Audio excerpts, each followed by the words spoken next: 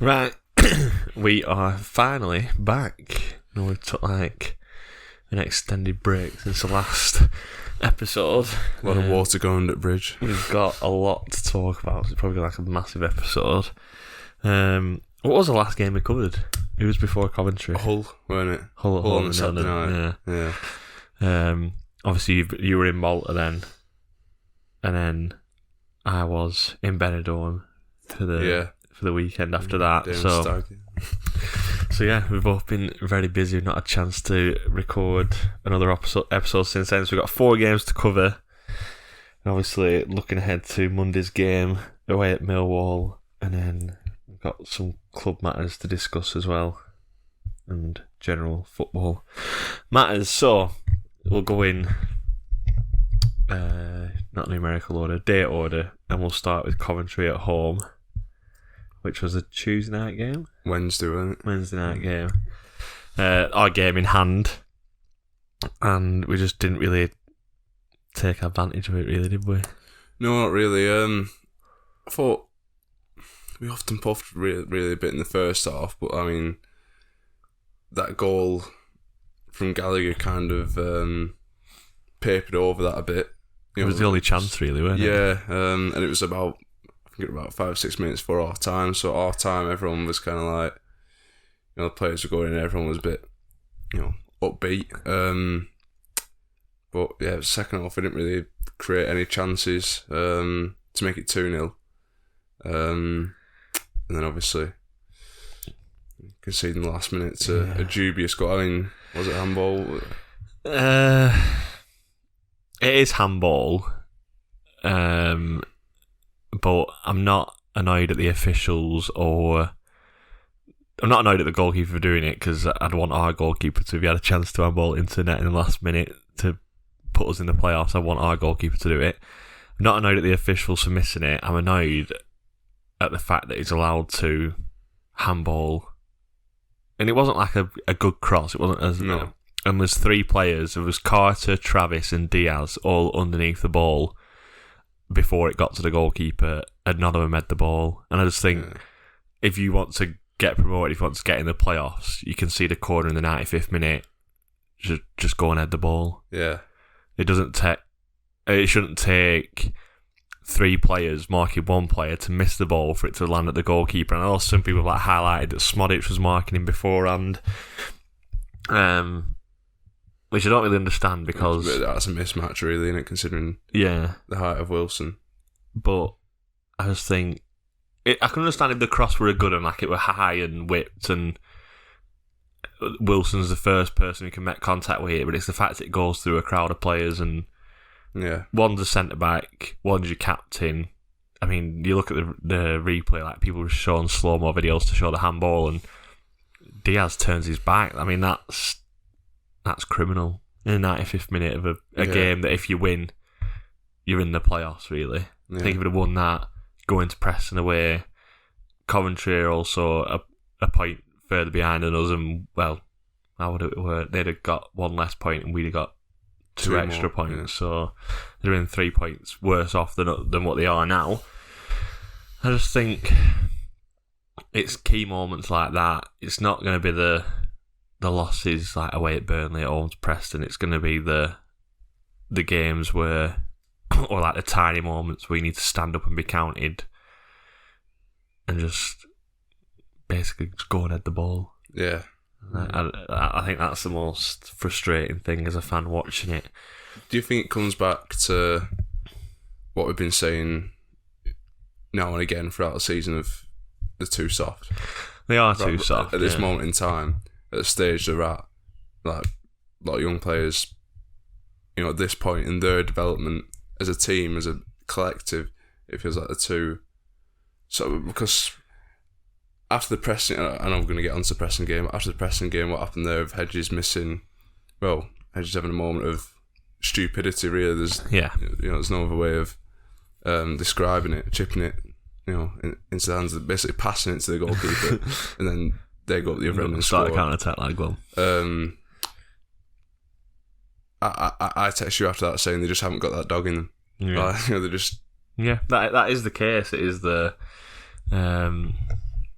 it's a winning mentality. It's not just like being too soft or being hard or anything like that. It's just having that winning mentality of it's a 95th minute, nothing gets past us. And I think higher marks Gyökeres, which is fine from the corner. Hamer's a really dangerous player. He's taking the corner. I just think you just want one person. And I think like we don't really get organised. Can the keeper come and get it? Probably. It's landing in the 6-yard box. I think the keeper should be at least challenging for it. But like you just need someone who's gonna like wherever the ball's landing, I'm gonna go and stick my head on it and get kicked in the head. And there was a lot of discussion in the build-up to the Coventry game about dropping Pers for Kaminski. Obviously, that didn't happen. And we were talking about in the podcast before how you'd sin Kaminski, and the idea was that it weren't going to play for the rest of the season. And now I think it weren't involved in Monday's game for family reasons. So either the baby being born or just going back to see the family ready for the baby to be born. Yeah, something like that. So congratulations. Yeah. It's one of them. It's all if buts and maybe. Some of the saves he made, would Kaminski save? Like it's just you don't actually know, do you? Like hindsight's one. If you could put both keepers in net and see how they deal with it, then you'd know.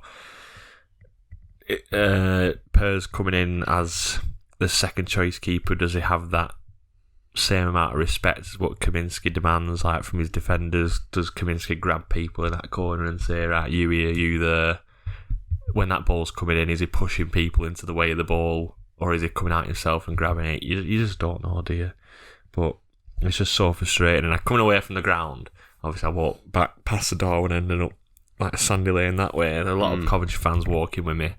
They were obviously buzzing with like singing about the goalkeeper, and one of them was like, "Oh my god, best moment of my life." And I was just like, I hate to, like, this is what you like when you draw. I hate to see you lot when you win. And they were like, yeah, I know, but like we're going up now, aren't we? Like, no, probably not. I mean, if you're snatching a 95th minute equaliser against us, your chances of beating one of the top two, one of the top two of the playoffs, over 2 legs, and then winning the finals, probably quite low. But yeah, it's a sickening feeling, like walking through the away fans or the opposition fans when you've just conceded, and it were horrible. Like the players walking over to the Blackburn end, it was just like the atmosphere was so flat. I think a lot of people knew we'd blown it at that point. Yeah, I think people thought we'd blown that. Yeah, I mean, it feels like we've been saying for like the last God knows how many weeks, I always must win this. Got to win this one. And going into Coventry, that was the case. And obviously, if we'd held on in that game, it would have been huge. And we would be in a situation now where if we beat Millwall on Monday, we'd be in the playoffs. Yeah. But you could also say that about the Preston game. So or the whole game. Or Burnley. Get onto that as well. The handball from Barnes in the last minute, forget a penalty, score 1-1, get that point. Yeah. These are all crucial moments over the season. But yeah, before we get on to that, we'll talk about Preston. So I obviously didn't go to Preston. I was in Benidorm for the weekend. We finally found a place to watch. Well, the pub actually turned it on like 10 minutes in because they were showing Man City Sheffield. They were showing Man City Sheffield, and I literally went up to the bar and I was like, no one's watching this game. There's no City fans here. There's no Sheffield United fans here. Fair enough. If there were, I would never, like, if there were Sheffield United fans sat there watching it, I would never go up to the bar and tell them to change it. Cause I'd just go find someone else. But the fact that the telly was on and literally everyone was facing the opposite way, and like there were us 4, and then another stag do from Blackburn, like 8 of them. And like there's like 15 lads here like that want to watch the football. Please, will you put it on? And eventually did put it on, and we watched it in there. And they're absolute scenes when somebody scored. Like it was scenes when he scored the handball, but it was like a celebration. Like because I knew something weren't right with it. I knew it were either offside because the way he celebrated. It was more. It didn't look like a natural header, which obviously it wasn't. Yeah, but it was weird from the angle because it looked like the ball was too far ahead of him, and then the way like his body arched, I just thought he's not headed that. The way the ball went, it wouldn't have looked normal for a header to go that way. From where we were stood, like we were quite near the front, so like the Preston keeper, Iverson. No, Iverson, Stephen Iverson. Is it Stephen Iverson? What's he called? Preston's keeper.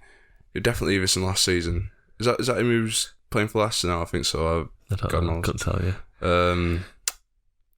But yeah, the Preston keeper was like kind of like blocking our view of it, so we just couldn't tell. Like we had no way. Like to us, like headed it. Slagging referee off. Well, you don't know what you're doing. Well, you couldn't really do that either because you're in no position to judge your call. Yeah. But yeah, the scenes after that were better than the scenes when we actually scored. Yeah, I think because it just came out of nothing. It was just like like a random cross and then he just punched it in. But yeah, the fact that he's actually gone off celebrating, I mean, you can't really blame him for that, because if he doesn't celebrate, the ref's going to stop it. So the best way to almost like con the referee is to pretend that you've genuinely scored a goal. I don't think the ref actually knew. I think the ref has guessed based on the Preston players' reactions, and Smodic is like, look over the shoulder like, are you taking that? Are you counting that? I think the ref was like quite quick with it, really, and I think from where he was stood, I think he actually saw it, and then like the Preston players' reaction just kind of confirmed it to him, kind of thing. I think of how quick he gave it, I think he did see it. We've already mentioned it, but we'll have to go on to the Ryan Hedges. I've put Hedges' choice. I mean, we'll get on to this. We'll discuss club matters. The decision making at the club is absolutely rotten at the minute. This is just, I mean, he's almost 2 through on goal. I'd rather have, if like a defender's on his back, I think he runs into the corner from halfway line and just holds it there. The fact that there's no defender within 30 yards of him, he has to go for goal. But then once he gets into the penalty box, he has to smash it towards goal. Or probably the best thing to do is just smash it into roof at away fans. Yeah. Like, just anything apart from what he did. Because I don't even think the keeper goes down in that situation, because I think the keeper's expecting to smash it because he's going to have to like stand up big. And he's never going to like dive low to stop a bottom corner slot or a cross goal. Just do anything apart from what you did. I just don't understand it. I just never in that situation. I don't think he ever looked like he was going to score though. I was kind of like just like watching him run through from the away, and you're like, oh my god. But you're like, at the same time, I just didn't look confident. No, if that were, I don't know, like Jordan Rose or something like that, you'd be like, already celebrating. Right, on pitch. On pitch behind him, go on, buddy. Yeah, it's just it was frustrating. We were just like, what is he doing? And obviously 20 seconds later, the ball's back at net, other side at net, and it's a big hoof from the keeper. Wharton goes down. Could he probably bring the striker down away? But I didn't think we were in that bad of a position. Even though he gets away from Wharton, there's not really anyone in the box. He has to cross it. The cross is crap, and I don't understand Hyam's footing or the way he stood, because you'd think if he were clearing that ball with his left foot, it should only go one way. I don't know why he stood like a penguin where the ball's going to bounce off and go in. Yeah. It almost like goes behind him into the near post. I think it's just like a group of errors in it where Hedges should put the ball either in Rose, header it back at net. Wharton should stand up or then foul, or maybe not foul, but just make him cross it into the box of nobody, which he has done, and then Hyam should clear it. Yeah. It was an awful moment though. Yeah, I bet. Terrible. To be in the ground at that point. But it feels like I've had too many of them this season. I said to my dad after the game, like, it just feels like another kicking the bolts result in a season of kicking the bolts results, The thing is, if Preston score first and we equalise in the 95th minute, we probably come away thinking that's a good result. Yeah. 9 points a good result away at Preston at this stage of the season. But it's just, I don't know, we were joking in Benidorm saying, like, have they booked an holiday for after the end of the season? They're all, like, sticking together to try and not get it playoffs. Like, I'm going Magaluf on 13th of May. I need to be out of here. I don't know. I don't think they're doing it on purpose. That's a silly thing to say. But the amount of things that are going against us currently and the amount of mistakes that we're making, the amount of bad decisions we're making, it can't just be luck. No. It can't just be bad luck. We have had I hope not. Bad luck, obviously. Like I just mentioned the Barnes penalty shout, and I mean the handball could be. I think that's both luck and bad decision making. Bad decision making, bad play, whatever you want to call it. But you know, sometimes you make your own luck in the hedges. Chance that is definitely one of those. Yeah. So obviously we've had 2 setbacks in the 95th minute, and probably the worst game we could have after that is Burnley at home, because we were quite low on confidence, and I think you could tell around here we were low on confidence. Yeah. It wasn't really like, I think it would have beat Preston 1-0, would have been excited going into the Burnley game. The atmosphere would have been lighter.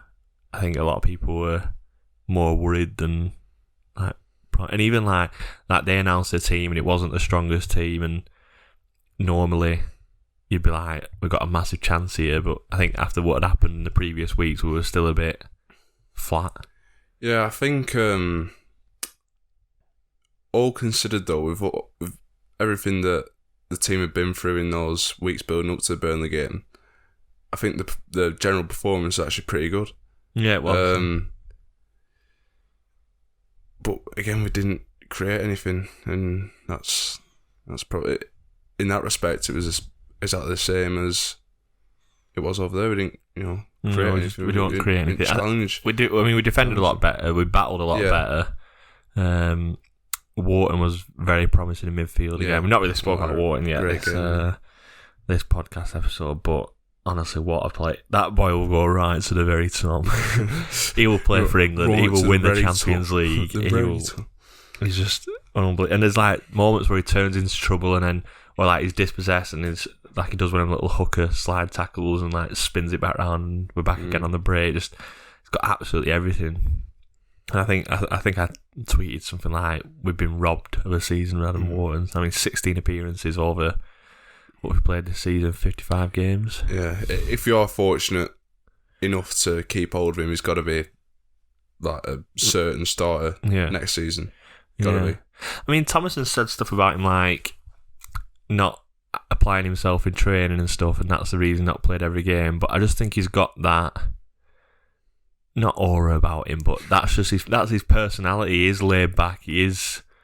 I could imagine him like slow walking around Brocco, like, just like shuffling his feet, because that's how he plays. Like he can't be bothered, but ends up. It's like an effortlessness. Taking the mick out of him. I bet Two-Guy didn't apply himself in training that many times. I mean, I'm not comparing him to Two-Guy yet, but I can see him having that laid back attitude. I couldn't see him putting in the hard yards in training, but when you're that good, do you need to?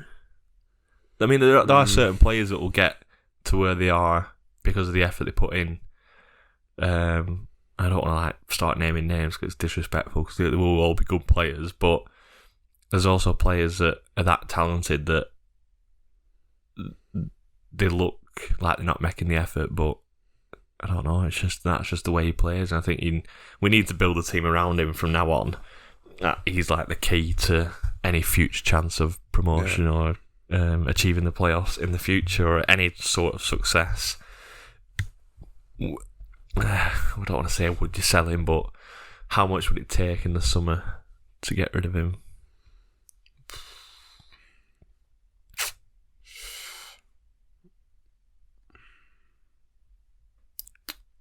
$15-20. I'm more towards 25-30. Yeah. I'm trying to think. I think that's my at least. Yeah. What I'm thinking, considering how important that money would be to Rovers. I think at least 15-20. I think anything less than 25, I wouldn't sell him, just because I think another full season in the Championship I mean, I don't ever see his price tag going lower. Like, so like there's certain players you have to take advantage of, like when they're in good form, like Adam Armstrong, for example. Like yeah, but not worth £6 now, worth 6 million. But like the amount of money we got for Armstrong was because of the great season he had the Championship the season before. I think Adam Wharton's got a unlimited ceiling. He could be as good as he wants to be. Yeah. So that price tag will only rise.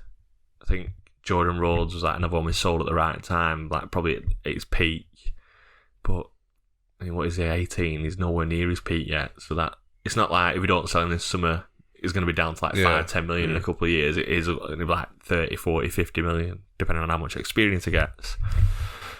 So, yeah, 25 million. If we're ever going to reinvest it, I don't know. I don't know if I'd trust them to get the reinvestment right, because like I said, and we'll get onto it, the decision making has been absolutely awful.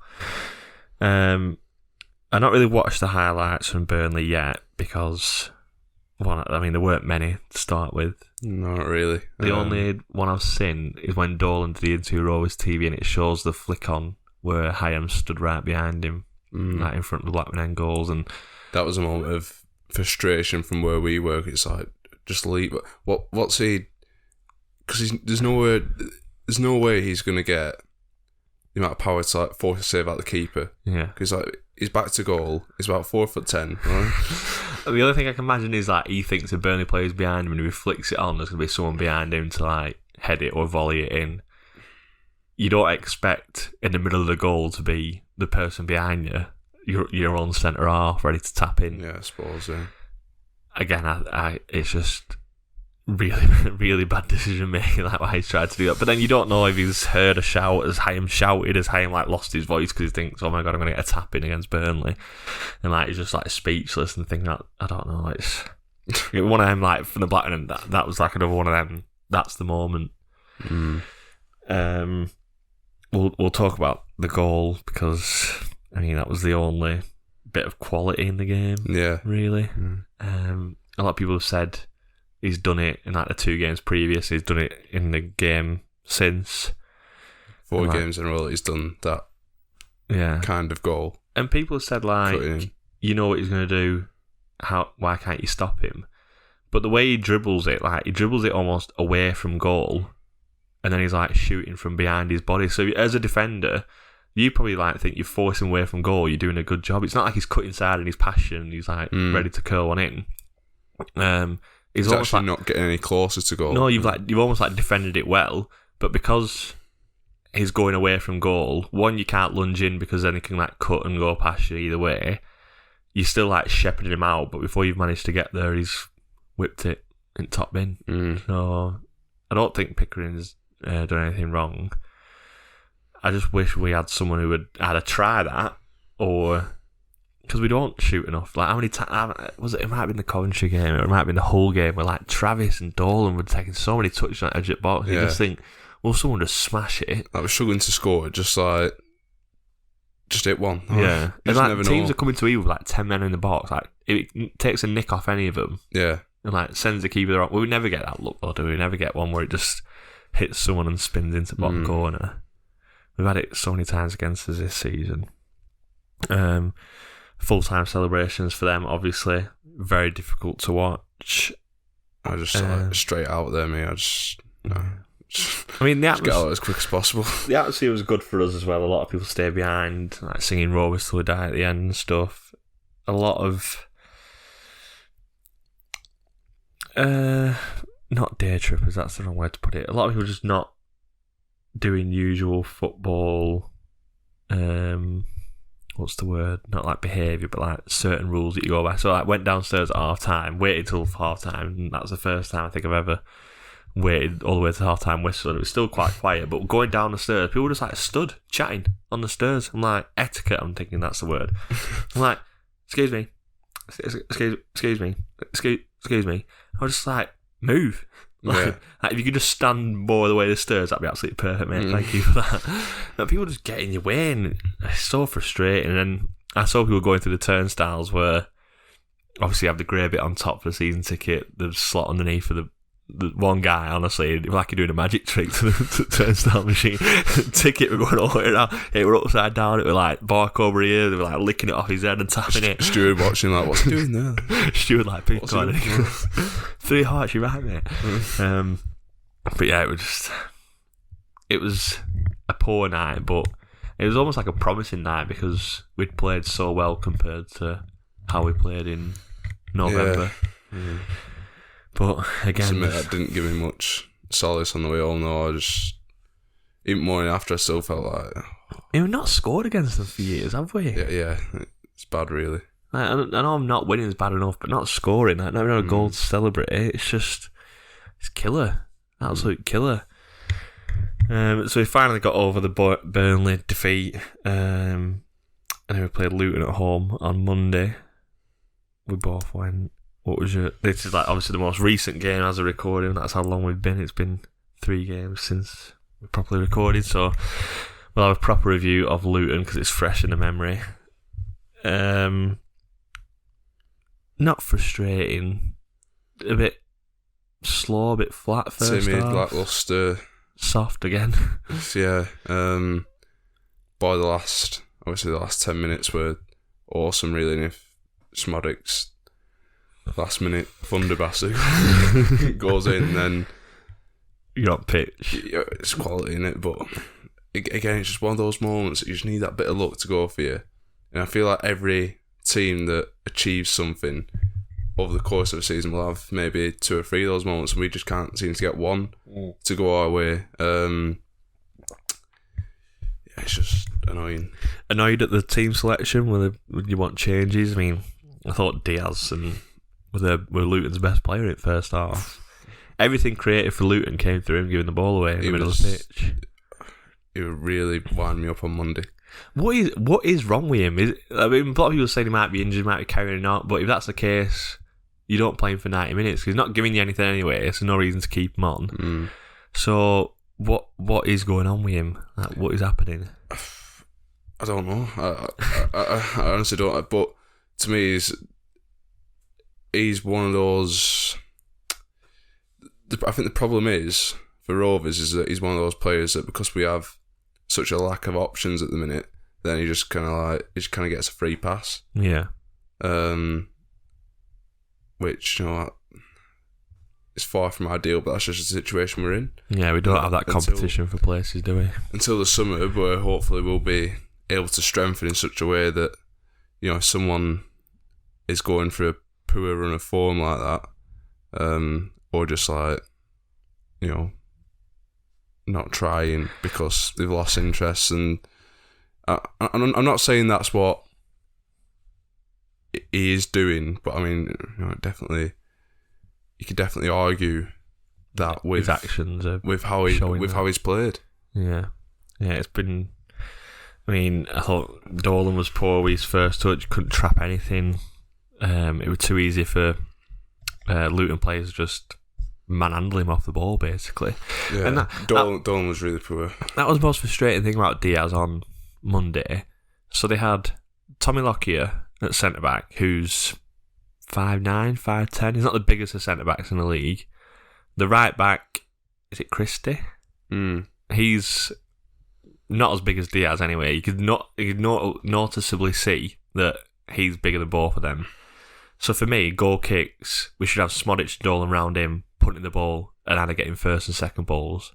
Instead, we were going across to the right wing where Hedges and JRC were pushing up onto Amari Bell, who's 6'1", 6'2", quite a stocky lad, quite athletic. And the other centre-back, the captain, is he called Collins? Yeah. The big tattooed guy, he's 6'5", and I just think.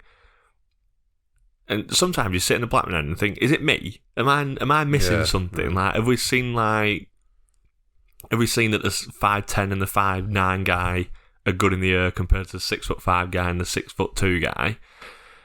It just, for me, it was just blatantly obviously I had to punt the ball up to Diaz. Even if he doesn't win the header, just jump with him, and then Dolan and Smodic wins the ball, and then you build. But instead, we're kicking it out to their left wing where they always won the first contact. And then JRC and Hedges are having to run back to collect the second ball. It just didn't make sense at all. Did you think that with the chances with the chances we had in the first half, we should have scored before they even went in front? Because I think that there's one that fell to Pickering at the back post, wasn't it? And then there was one where Dolan should have squared it to Schmorix, and again, decision making. Yeah. I mean, Dolan has never scored from there. Not even on FIFA, so I don't know what he's trying. It's a classic, though. Not even on FIFA. I scored from there on FIFA. So the Smodic and Diaz in the box, I think either cut back, try and beat a man and shoot, or roll it across to one of them to try and get onto. Drilling it across goal and not hitting the target. Even if you hit the target, the keeper parries it out to one of them two. But to just drag it wide, it's piss poor. Pickering, I mean, he's a fullback, not really a great finisher. He's just, the ball's fallen to the wrong person there, and it's not far wide. It's not like he's scuffed it and it's gone out for a throw in. It's just a bad miss, like an unfortunate miss. Other than that, JRC forced a save out the keeper of his legs, but there wasn't really anything clear cut who went through, and I thought we definitely scoring here. I thought their goal was too easy. Morris, when he's back to goal, is allowed to walk out and then turn and then clip a crossing unchallenged. I think if you've got him when he's back to goal, you just force him out wide until he has to pass it backwards. You don't let him turn and just clip a 20-yard pass into the box. Could have been a foul on JRC. They're like leaning on him at the back post. Yeah. But again, go and edit, or the keeper go and grab the ball. I don't think anyone should be heading it in the back post off a floated cross 4 yards out. Again, it just goes back to that decision making, doesn't it? Second half, a lot better. Some frustrating moments. The set pieces again. I know we ended up scoring from a set piece, but and there were one in the first half where I think Hedges plays it short to, might have been Diaz. It was like towards the right hand side at Darwin end, and like plays it short, plays it behind him, so then he has to like turn and fiddle with ball, and then whips the cross in and just get cleared at the front post. So like, you can't have worked on that. You can't have done anything in training all week. Like, what is the aim? Have you seen that Luton mark everyone at the back post and you're trying to swing? Like, there was just no thought behind it at all. I can understand short corners if there's going to be like loads of movement and you're going to eventually create a gap, but at the minute we're just taking short corners and crossing the ball in, so you might as well let the corner taker cross it in, which obviously resulted in the goal. The first corner or set piece we've seen where it's an out swinger whipped into the penalty spot, and one of the centre backs has got his head in it and scored. It's simple, but it's effective. Pretty old fashioned, isn't it? Again, it goes back to the decision making of we advertise. I don't know whether we've employed someone to be a set piece coach. I know there was an advert for it in the summer on the website and on Twitter and stuff. If we have employed someone, the shit knows what he's doing because he's not doing a good job. I mean, like, you look at teams that are successful at the top of the league, they have like specialists. So like Liverpool have like a corner specialist and like they have a throwing coach, and that I mean, I think it's gone from like first and second contact they used to get like 54% off throw-ins, and now they're up to like 89% since they've got this throwing coach. So like 9 out of every 10 throw-ins you take, you keep the ball. Like, I mean, what are Rovers on? We must be on. Probably thinking like out of 10 throw-ins, we probably keep possession comfortably 3 times out of 10. Yeah, 2 or 3 times. It's not even like.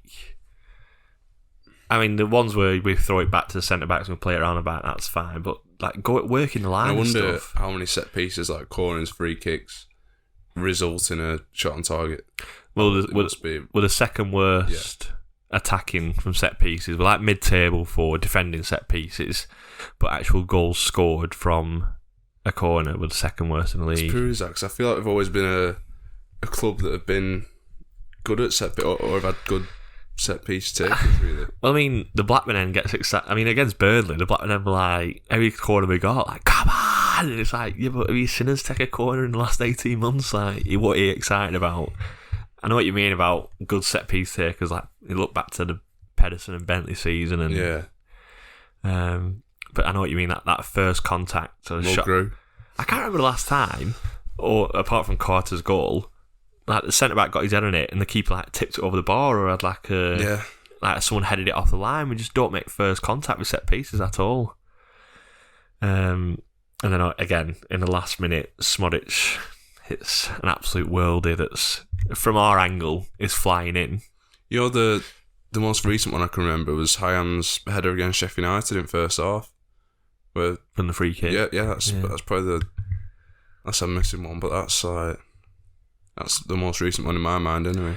I mean, you go back to like Alex Baptiste against Liverpool. Anfield. My God. But that is like my so like an outswinging corner at the front post, defenders run across his man, heads it, keeper tips it over. That should be every corner for us. Like, we've got two massive centre backs. I mean, Galley, when he's on the pitch, if it hits his head, it could go absolutely anywhere, but we'll at least try it. Hope that he aims for one corner and he bounces it over. Just see what happens. But that should be the template, and that should be practicing. But you see like some teams where they all queue up on edge at box and they all split and run different ways. We just stand there and hope it hits one of us on end. There's nothing at all.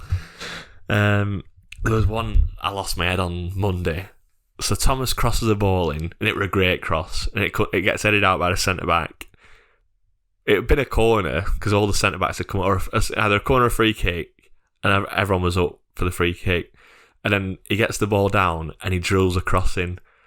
And my head just absolutely went. I was like, are you thick as well as fat? Like, all the big lads are up from the back, and you just drilled a crossing. You stupid man. And you just want to grab people and shake them and be like... Drill cross, Carter, absolutely daisy cutter, penny spot. But I want to like sit him down here and show him and just say to him like, when that ball came back to you and you saw Hyam Carter at back post and 17 Luton players at front post, what made you think, I'm going to drill this one? You know what? Listen, lads, you're not going to expect this, but I'm going to drill it along the floor and hope that it works. It's a bit of a curveball, but it is. But like, no one seems to shout at anyone. No. There was a moment on Monday where JRC pings an 80-yard pass and it goes over Diaz's head, bounces, then goes out of play. It went a massively over it. He could have turned and run and chested, headed it, done something, but he just allows it to bounce over his head. And Travis runs over like he's just want to burst out crying and be like, why are you giving him a thumbs up? Smack the shit out of him. Like, smack him and say, pull your finger out, sort it out. Like, going back to the Coventry game and the Preston game, does anyone bollock Hedges? Does anyone bollock the people at the front post and say, why not? Like, Pers doesn't scream at anyone and say, head the actual ball. Burnley at home, not the only one you can scream at for the goal, but the handball in the last minute, you've got to have people in people's faces. But I mean, we didn't really speak about that. We spoke about Burnley, but the handball in the last minute, Britain should be in the linesman's face. There should be 8 players around the referee. I don't condone it, but it was that obvious. The linesman's bottled it. The referee I can not agree with, but I can understand how he's missed it because it was the other corner of the box. So to see through that many amount of bodies and it's like the wrong side of the referee, fair enough. The linesman, just no excuse at all. Right in line with it. A lot of people have spoke about bringing VAR into Championship. I think Thomason mentioned it as well. I don't want VAR in the Championship as it's currently run, but an appeal system for VAR, I think that's obviously getting appealed by Britain and the rest of the team, and like they're watching the replay and giving a penalty all day. Bowen's coming off by that point, dived in the first half, couple of fouls in the second half. I mean, the dive, I don't know how you can not give a yellow card. It's so blatantly obvious. Court could have been sent off.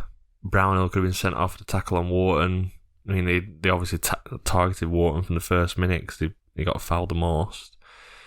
But the one on Dolan by Jack Court, that scissor-style tackle, I think Dolan gets up too quickly and does him a favour. I think if he stays down, screams a little bit, rolls around, I think that more of a deal's made out of it. It's a red card. And I think even the Coventry game, where the centre-back stamps on the back of Smonic's leg. Right, yeah.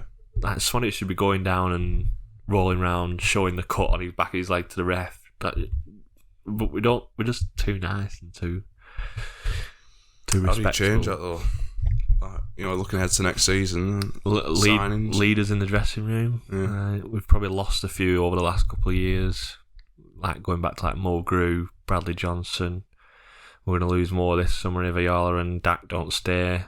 Just need some like experienced like hard nuts, but without sacrificing the creative flow. Some of the quality players that we've already got in there. So for me, it's players that have won promotions or won or been in winning teams. That's what you need. I mean, Lewis O'Brien would have been the perfect example. He did it well. He got to the playoffs final with Huddersfield the season before. That's the kind of thing you want, people that will drag you over the line. But again, you don't want to put them in a team and disrupt that creative flow we've got. But you just need. I mean, it sounds horrible to say, but Ashley Barnes is available on a free in the summer, and No. Someone of that mould, though. No. Well, yeah, someone of that mould, I suppose, but just not a dingle. Well, to me, something that was blurringly obvious from the game last week before. God knows when it were now. Last Tuesday, wasn't it? Last Tuesday. Was that in that Burnley team, it looked like he is the only one that is just completely incapable of actually playing football. He isn't. He cannot play. He's a cart horse. Yeah, he's a bully up top. Yeah. I think if you could sign someone with that physical nature that can also score goals, that number 11 for Luton at the weekend, I'm sure he's out of contract in the summer, Adebayo, he'd be perfect. Quick, 6'5", good in the air, holds it up, good on the ball, can finish. I think he's got like 15 goals this season. There's your man. I mean, if we don't get in the playoffs, I'll be supporting Luton in the playoffs. They're the team that I want to go up. Whether they'll stick with players like Adebayo and Tommy Lockyer, because I don't think Lockyer will be physical enough in the Prem. I mean, they're standing on like 5'9", 10 or whatever. They're the players you got to go and get for me. Yeah. I don't want us like. I mean, we're gonna have to sell before we're successful and been there and done it. Yeah, and especially a team like Luton where they've grafted to get where they are. They're not like spent loads of money. They've done the hard miles, and he's got like a good team spirit there and stuff. Well organised. Yeah.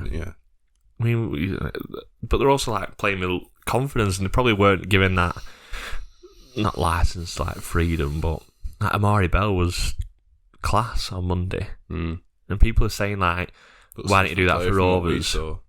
But I mean, Luton play a very narrow 4-4-2, so he's got that space to run into. At Fleetwood, he played in a 4-4-2 diamond, so he had the full wing, and before he signed for us, had 11 assists for Fleetwood.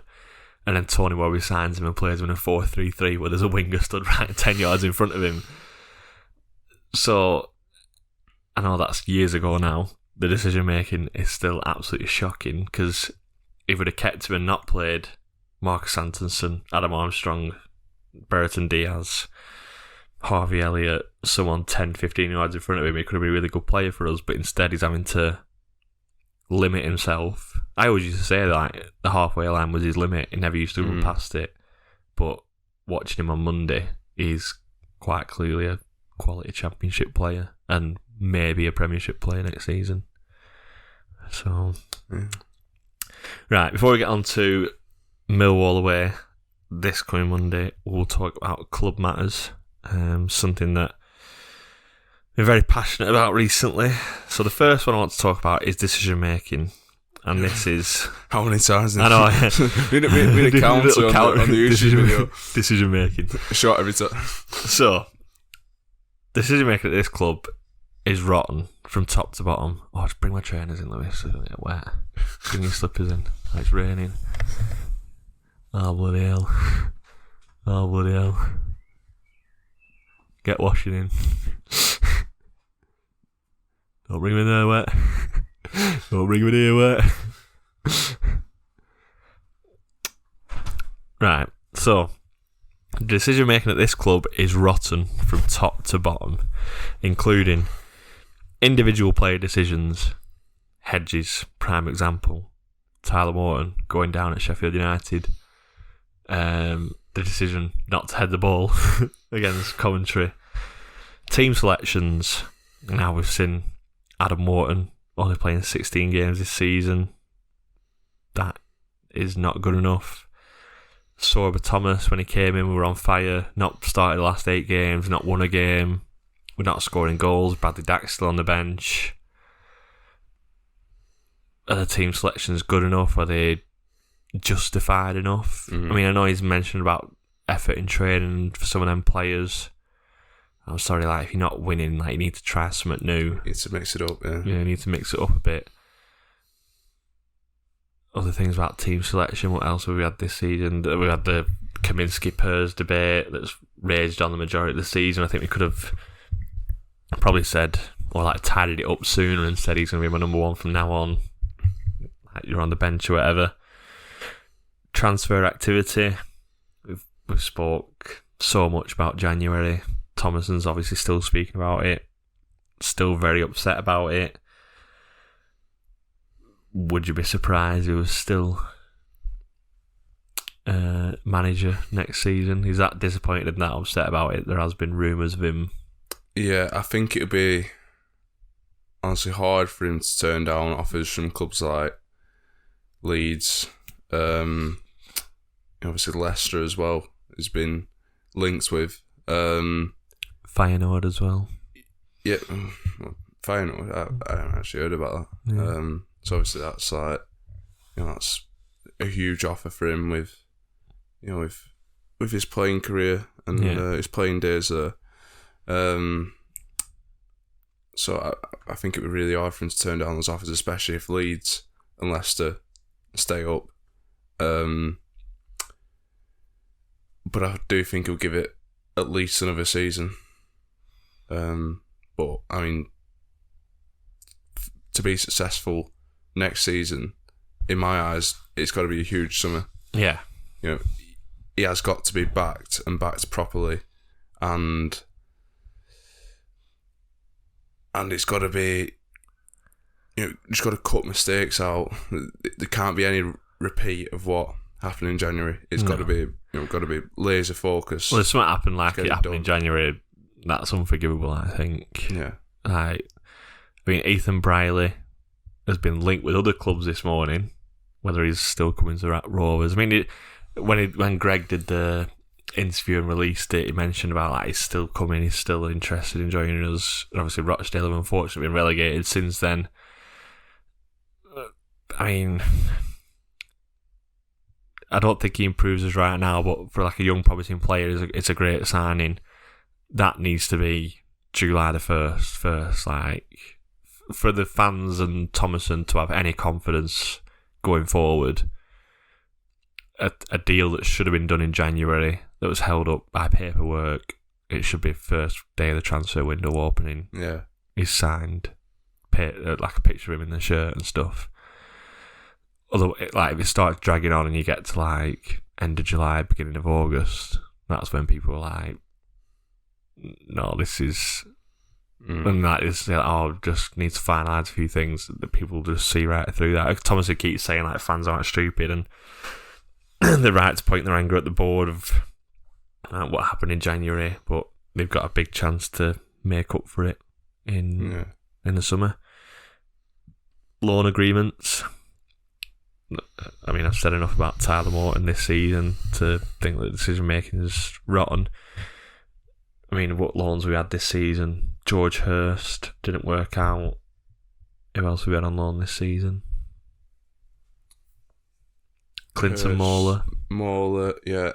We had another. Yes. Sorba Thomas. Yeah, Thomas, of course. So we had these 4 players, which is, I think that's like, you're allowed 4 or 5, aren't you? You're allowed 4 in a matchday squad, 5 in the actual squad. So Tyler Morton's obviously played a lot of games. I don't think he's had a huge influence positively on results. Other people might disagree. We've got George Hurst, who didn't really get a chance, would you say? I mean, he's gone to Ipswich and bagged goals every week. I think we were saying at the time he weren't getting enough opportunities, but I think when you look back, he did. I mean, the Cardiff missed penalty could cost us.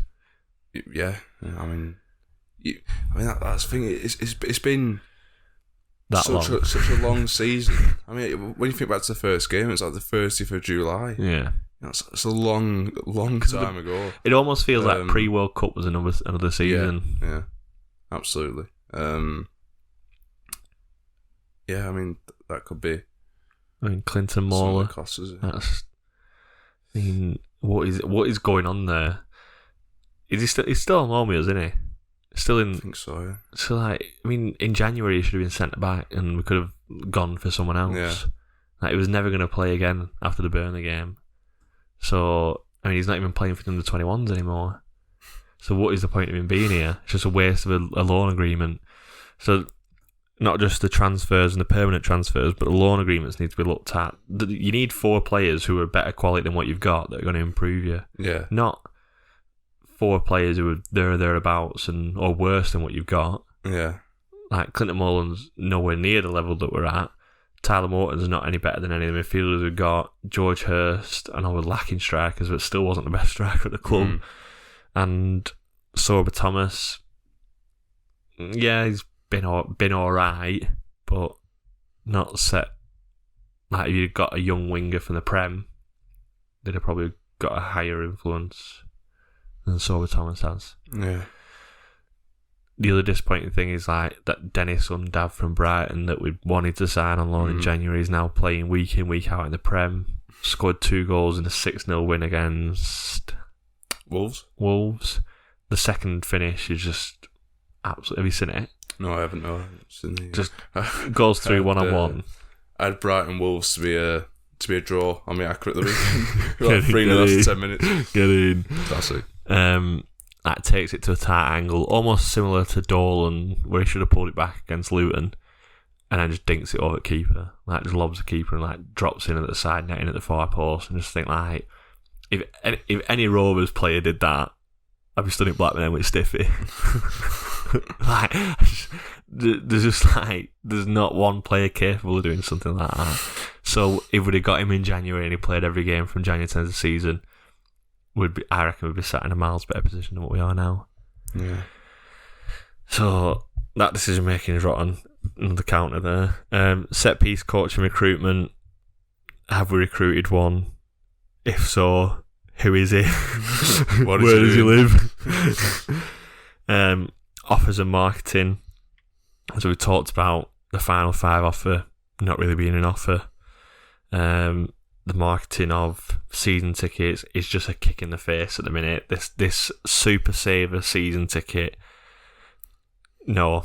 If I hear the word Super Saver next to the 8th most expensive season ticket in the league, it's just not. It's not a Super Saver at all. It's just Super Steve getting what he wants, unfortunately. I mean, they've done a bit better with like on Monday, the pints are £3 all day, aren't they? Right. But that's just a leftover beer from the not sold during the season, probably. I mean, some of the marketing's been up. Like, the one where, was it the Burnley game where they said get down early, and from this time it's like a pint, £7.50. One of the offers was like a pint, £7.50. Like, legend. It was the Hull game Saturday night. Saturday night where it was like, get down from 12:30 or something. Like, £3 pint in Blues Bar. Walking into Blackburn and steaming.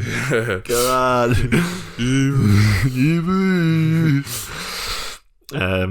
I know the marketing manager is advertising for a marketing assistant. I mean, that assistant just needs to grab you and shake you, I think, for a week.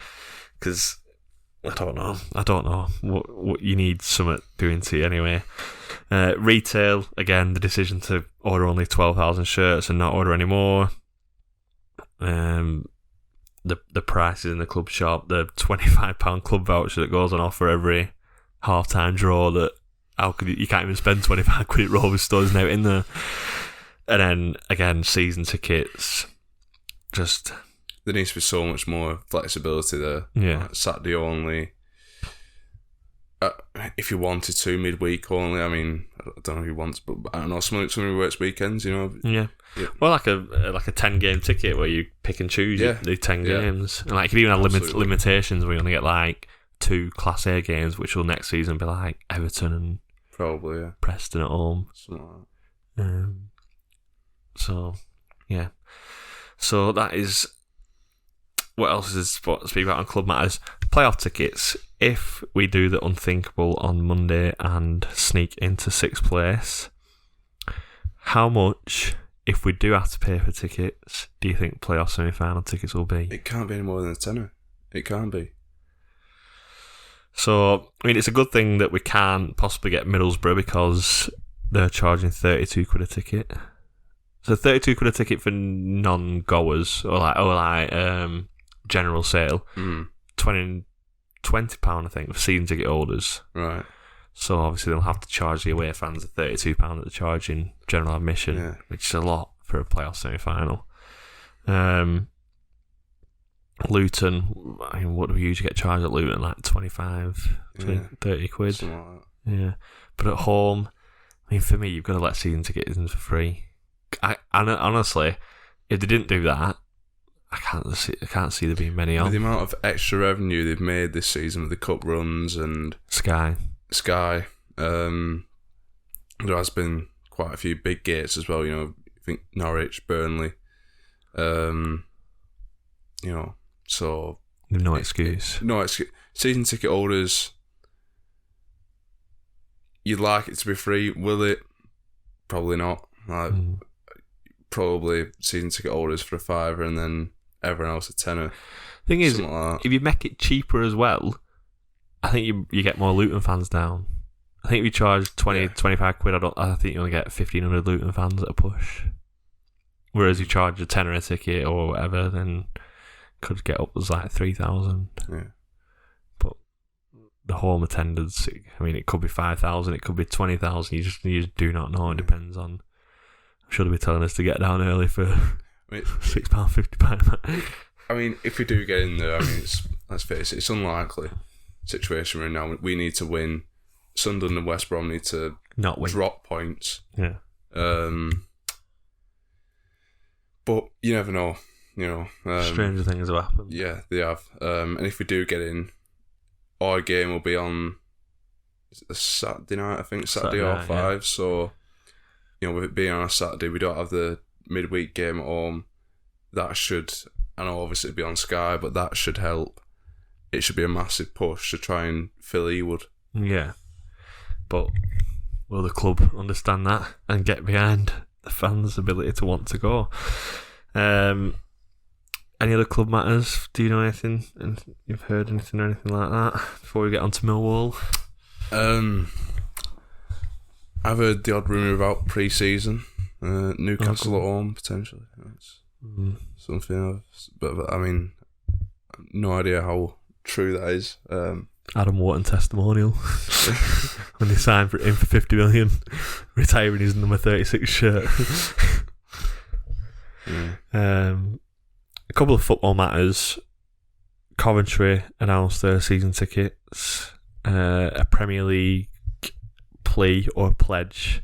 So it's £500 season ticket, and when they get into the Premier League in the next 5 years, you get your first season ticket in the Premier League free. The normal price is like 400 quid, or like 425 or something. If they get into the Premier League, if they win the playoffs this year and go up, you get it refunded. So you'd have to pay for the season ticket next year. But like over 5 years, it'll work out at what, 75 times 4, £300. So you get a Premier League season ticket for £300, which it's just alright, isn't it?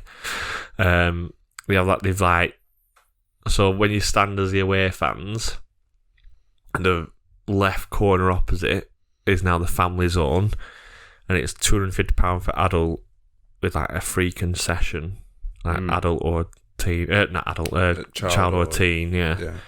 And I think like the extra ones you add on top, is like an extra adult is in like £200, and an extra kid is like 20, 25 quid or 50 quid or whatever. Obviously, they'll sell quite quickly, I think. And then like the behind the goal at that side's like cheapest one, and then the two side ones have gone up. But a lot of fans have been complaining because where they used to sit was just like a standard seat. It's now gone up in price. They're having to pay like an extra £200 to sit where they've always sat. They shouldn't have to move, which I think is fair. But that's always going to happen in like ball stadiums like that, because how do you differentiate between two quality of seats? Yeah. I've got a lot of Coventry fans on my Twitter for some reason, since like we played them at home, like interacted quite a lot with them.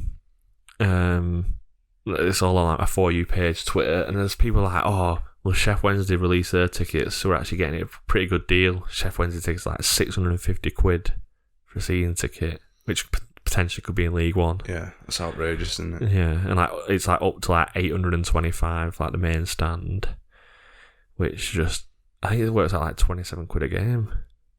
So it's a lot. It might even be more than that, but honestly, I just think. And after last week, Fortuna Dusseldorf announced they were giving season tickets for free next year, hoping that the walk-on, or like the extra walk-on, would fill that revenue, and they're going to try it next season. People are like, oh, what a great idea, this is going to be brilliant for the team, brilliant for the city. Like, football fans in England are just the complete opposite. And I just think, like, if you're getting charged an extra £200 for your season ticket, and your first reaction is, yeah, but look what they're charging, I just think you deserve to be mugged off. You deserve to like just be treated like shit, because that shouldn't be your attitude. Your attitude should be, let's try and get everyone. What can we do to make it more affordable for everyone? Yeah.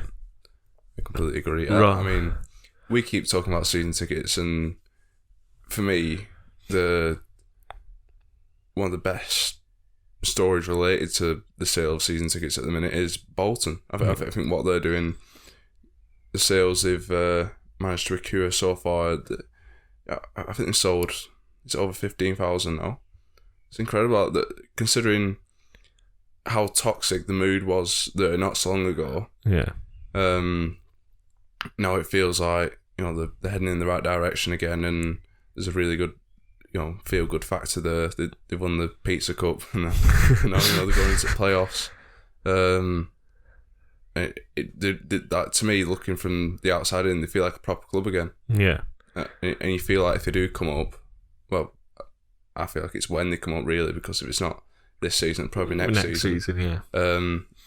I think they'll be challenging around the playoffs when they do come up. I mean, the money from season tickets will allow them extra revenue to spend on a playing team. They finished 5th or 6th this year. I think they're like 3 points ahead of 7th, aren't they? They'll definitely get playoffs. Yeah. If they need like a massive goal difference swing to not get in the playoffs. The teams that have gone up, so you've got Ipswich, Plymouth. So the playoffs is Chef Wednesday, Derby, and Derby 6th, I think, at the minute. I think Bolton are 5th and Derby is 6th. Let's get it. Who's 4th? But like, you've got a lot of big teams there. So like, Derby are going to be competing next year. Who's going down from the Championship? Reading, and now. Yeah, Reading got relegated last night, didn't they? Yep. Who else is going down from our league? Blackpool. They'll be strong next year with Dobby, and Wigan. Yeah, Wigan will be strong. So Barnsley are 4th. I think this will be Bolton's best chance at getting promoted, because I think next year it was similar to us. Next year will be tougher than what it has been this year. So the last playoff spot is between Derby, who are on 76 in 6th, and Peter, who are on 74 in 7th. Yeah. That'd be a shocking season for Derby if they miss out on playoffs. Yeah, definitely. Oh, what's that noise? So yeah, it's a very brighter future, regardless of whether they go up or not. Having that like that club feel could only be a positive. Like it can't it's like the opposite of Blackburn at the minute. I just think season ticket sales will be even worse next season. I don't know what it's going to take for them to wake up and realise what is happening. What else happened in football? So Liverpool have released a new shirt. I haven't seen it. £115 for the home shirt for next season. Is that because they released two now, don't they? Well, some clubs do, where it's like the replica one and then like the match quality one. I'm not sure. I know some clubs do that. Well, but if the actual replica one's £115, that's atrocious. Well, I saw the replica one with badges and a name on the back. It's like Premier League badges and whatever badge they have on the other sleeve. What do Liverpool have on the sleeve sponsor? I want to say Box T, but I think that's Everton. And anyway, they got the badges on the sleeves and Salah on the back. Oh, is it Expedia? I think it is, isn't it? Maybe. It might be. Anyway, whatever. It doesn't really matter what company it is. It's shite. So with the sleeve badges and Salah on the back, guess how much? 145.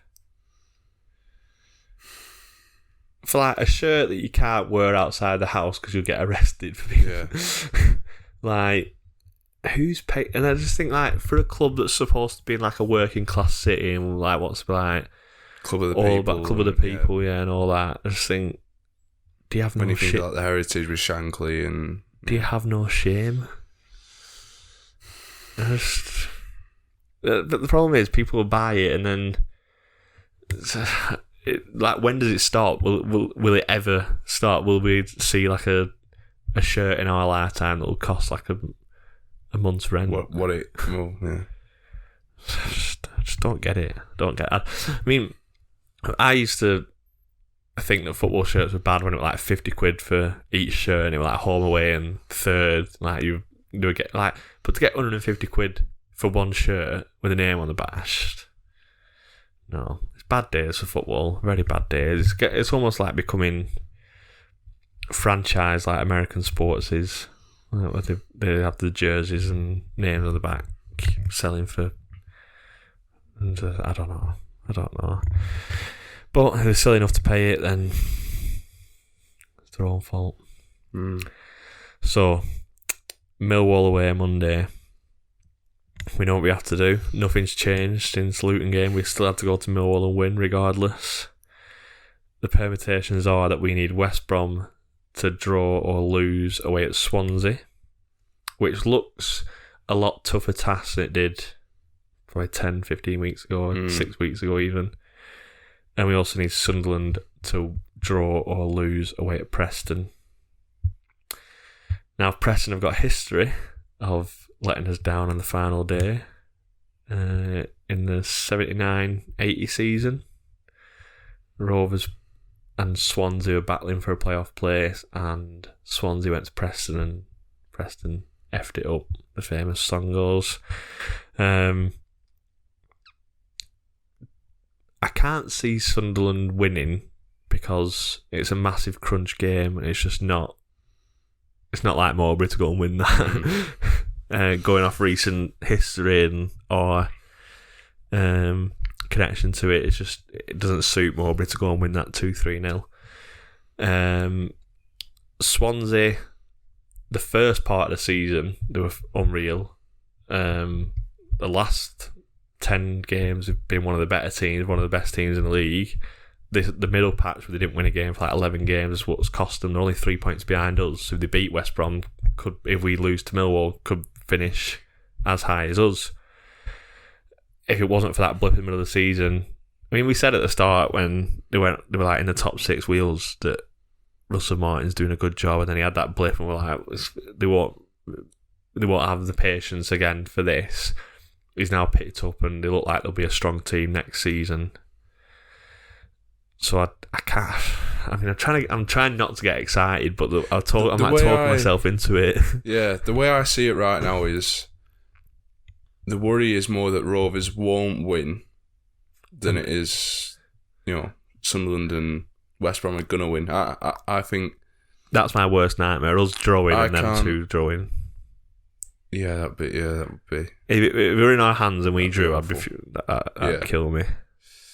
Yeah. It'd be terrible, that. Or something like if we were winning at the last minute and Millwall... Equalise, yeah. It's not even worth thinking about until you get there. I don't think either Sunderland and West Brom are going to win. To be honest, I just don't think... You don't think we'll do it? I just don't think we'll win. I think it suits... I'd hope so, but... Can Millwall still... Will Millwall secure it with a draw? Or do they need to win as well? Will a draw be enough for them? Yeah, it will, won't it? Yeah, draw will be enough for them because even if the other two win, they'll be a point ahead, won't they? I don't know. Yeah, will it only be on goal difference? They go... No, because they'll go a point ahead of them, won't they? But no, because they're on 68, aren't they? So I've actually got it on the thing, so right. They're on 68, so they've got 69 with a point. Yeah. They've got a better goal... Have they got a better goal difference? They've got a goal difference of 8.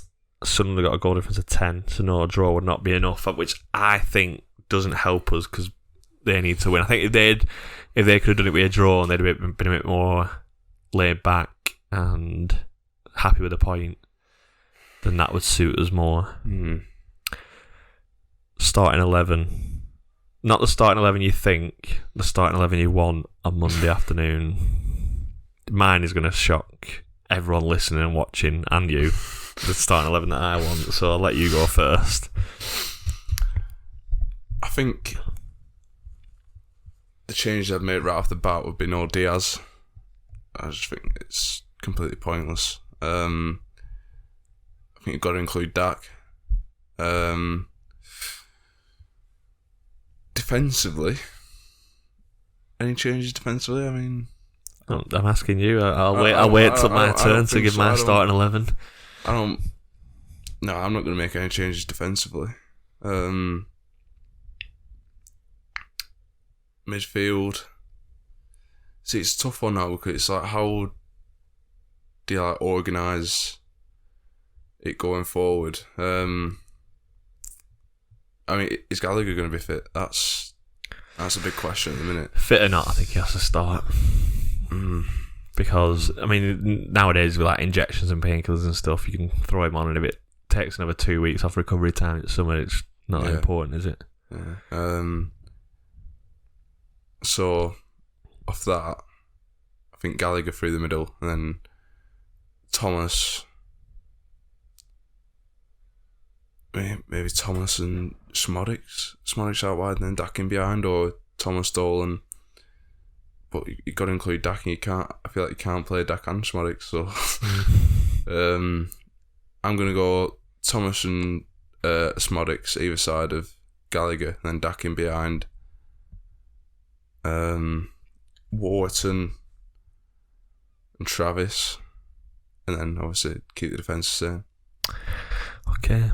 Do you think that'll be the starting lineup, or no? That's what you want? Yeah. So what I want is, I'm going Pers at net. No surprise. I'm going a back three of Carter, Daniel Ayala, and Dominic Hyam. I'm going Pickering left wing back, JRC right wing back. I'm playing Travis and Wharton in the middle, and I'm playing Smodic and Dak behind Gallagher. Interesting. The reason I'm going for that is because obviously Millwall are very direct. They will play long balls up to Bradshaw and hope that Fleming gets a knock down. So I think having a Yarl there in the middle of the back three to get rid of that is, but also from set pieces and Ayala's presence in the box, and if we're desperate for a goal, just shove him up top and go to a back four. The fullbacks, I could include Britton on one of the sides, but I think Pickering's played well recently. I know it doesn't really suit wing back, but he'll do for Monday. JRC is undroppable. I was thinking like playing JRC and Dak behind Gallagher, but then where do you fit in Smodic and playing Thomas right wing back? I was surprised last night that Pickering didn't win Unsung Hero, so he went to Carter, didn't it?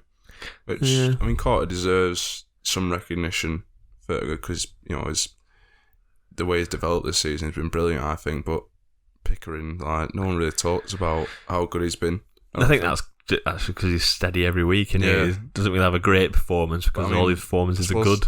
Is that not what Unsung Hero should be? Yeah. Oh. What do I know? So yeah, Travis and Wharton centre mid obviously picks itself at the minute. Dak and Smodic in behind Gallagher. I think you need Dak straight. We need a goal early, and then if we do go one goal up, that's when you need Ayala to be like winning the headers. To be Ayala. Yeah, head on a stick. But yeah, I'm not looking forward to it at all. What's your dream scenario for Monday? Dream scenario is something like a last minute winner to put us in. It's just something really? Like, well, would you rather be like on flash scores, Sunderland and West Brom 3-0 down, and us like 2-0 up, buzzing? Or would you rather it be like... If that's like... If you find yourself in a situation like that early on, it's like you're just shitting yourself then, aren't you?